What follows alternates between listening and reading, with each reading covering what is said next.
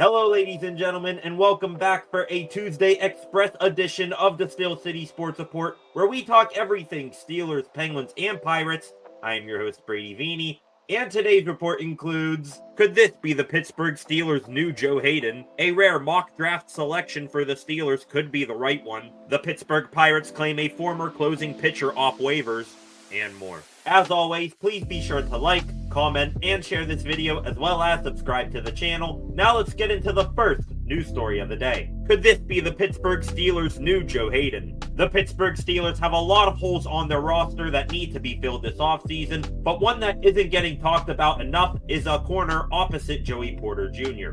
The Black and Gold's corners last year saw JPJ have a sophomore slump, Dante Jackson be overrated by a handful of early season picks, and the depth behind them be below average at best when not downright sucking. I doubt Jackson will re-sign with the Steelers this offseason, so someone new from the outside will need to be brought in. Well, that someone may have just hit the market. Yesterday afternoon, multiple reports confirmed that the Super Bowl champion Philadelphia Eagles have released six-time Pro Bowl corner Darius Slay. The 34-year-old Slay spent the last 5 seasons in Philadelphia, and in 2024, started 14 games for the Birds, recording 49 total tackles, 39 of which were solo, 3 tackles for loss, 13 pass defenses, and 1 forced fumble with a fumble recovery.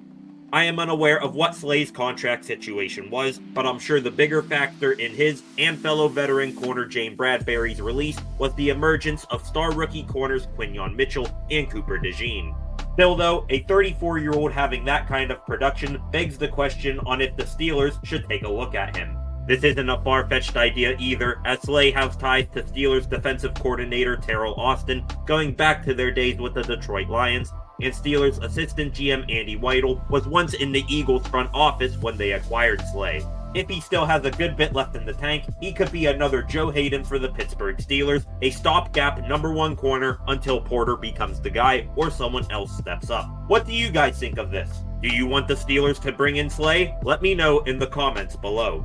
A rare mock draft selection for the Steelers could be the right one. Sort of tying this back to the previous segment, if the Steelers don't want to spend money on corner in free agency, then they could take one high in the draft. A majority of people, including myself, believe the Steelers are locked in on taking a wide receiver or defensive tackle in the first round, but what if they don't? Let's say hypothetically that all 4 of the top receivers in this class, plus any defensive tackles that the Steelers like, are gone. If that's the case, one of, if not the most logical next positions to take would be a corner. That is what NFL.com draft analyst Lance Zierlein has the Steelers doing in his latest mock draft, as he projects them to select Michigan corner Will Johnson. The 6'2", 200-pound corner has a similar build to Steelers corner Joey Porter Jr. and had decent numbers in the 2024 college season to back up his first-round status. Now, in Zierlein's mock, he had 2 great defensive tackles in Michigan's Kenneth Grant and Mississippi's Walter Nolan, as well as wide receiver Luther Burden from Missouri go after the Steelers pick, not to mention Steelers Nation's draft darling wide receiver Emeka Egbuka from Ohio State missed the first round completely.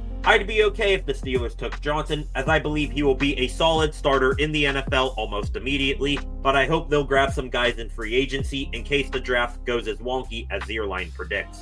The Pittsburgh Penguins make a flurry of roster moves. Well, yesterday I wanted it, and I got it. Among the many problems that the Pittsburgh Penguins are having right now, one solution I provided was for them to either start young goaltender Yoel Blomqvist full-time or send him back to the AHL to play more. Well, we now got our answer, as yesterday the Penguins recalled goaltender Tristan Jarry from Wilkes-Barre and sent Blomqvist back down to the minors. This is the right move for multiple reasons. With head coach Mike Sullivan having some sort of fascination with starting goaltender Alex Nedeljkovic night in and night out, Blomqvist sitting on the bench all the time only stunts his development. Now Blomqvist gets to rejoin the red-hot Wilkes-Barre Penguins and can get back into a starter's routine. Besides, a struggling Tristan Jarry shouldn't hurt the Penguins' tanking efforts at all. Just you watch. As I say that, Jarry will magically turn back into his all-star self and ruin the organization's chances at getting the first overall pick. A few other roster transactions that the team made was defenseman P.O. Joseph getting put on IR after he was knocked out of last Saturday's game against the Boston Bruins, and the organization signing 2024 7th-round draft pick and 20-year-old defenseman Finn Harding to a 3-year entry-level contract in the middle of his record-setting season with the Brampton Steelheads in the OHL. The Pens now begin a 3-game road trip starting tonight in Colorado against the Avalanche at 9 p.m. Eastern Time, where it will once again be Alex Nedeljkovic in net for Pittsburgh opposite Mackenzie Blackwood for Colorado. The Pittsburgh Pirates claim a former closing pitcher off waivers. In the MLB, a team's bullpen can be built in a multitude of ways. If you're a high-profile team like the Los Angeles Dodgers, you can spend top dollar for the best relievers. However, if you're a lower-level team like the Pittsburgh Pirates, you're pretty much limited to the process of throw everything against the wall and see what sticks. That ideology has its advantages and disadvantages, but the Pittsburgh Pirates just made the most of that process. Yesterday afternoon, Colorado Rockies reporter for MLB.com Thomas Harding was the first to break that the Bucs claimed right-handed relief pitcher Justin Lawrence off waivers from the Rockies. To make room for Lawrence, the Pirates placed right-handed starting pitcher Johan Oviedo on the 60-day IL with a new shoulder injury. The 30-year-old is coming off a 2024 season in which he made 56 appearances and earned a 4-4 record with a 6.49 ERA, a 1.77 WHIP, 45 strikeouts to 33 walks, and 59 2/3 innings pitched. Lawrence has continued to struggle so far this spring with a stat line that best be forgotten, but we can't ignore that he is just 2 years removed from a 2023 season in which he had a sub-4 ERA as the Rockies' closer. Over the past couple of years, the Pirates have become somewhat of a pitching factory, and this is pretty rare for me to say, but if any team is going to get Lawrence back on track, I have faith that the Bucs pitching staff can do it.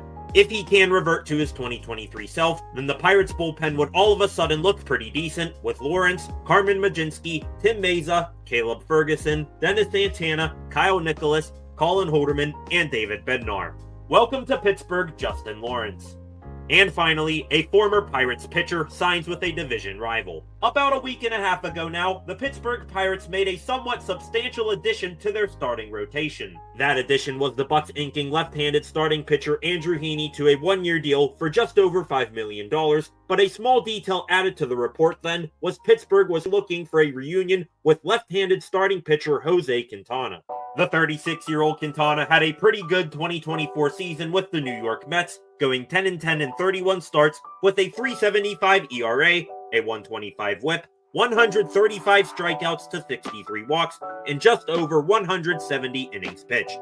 Now, a little over a week after Heaney signed in Pittsburgh, Quintana will indeed be making a return to the NL Central, but as a member of the division rival Milwaukee Brewers. The Southpaw's deal with the Brew Crew is reportedly for 1 year at $4.25 million, and we now get the chance to find out if the Pirates made the right choice choosing Heaney over Quintana.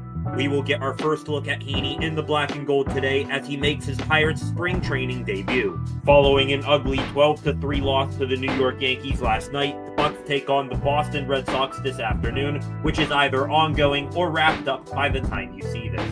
And with that, ladies and gentlemen, that wraps up a Tuesday edition of the Steel City Sports Report. Again, please be sure to like, comment, and share this video, as well as subscribe to the channel. Thank you all for watching, and I will see you guys back here tomorrow with some more Pittsburgh sports news.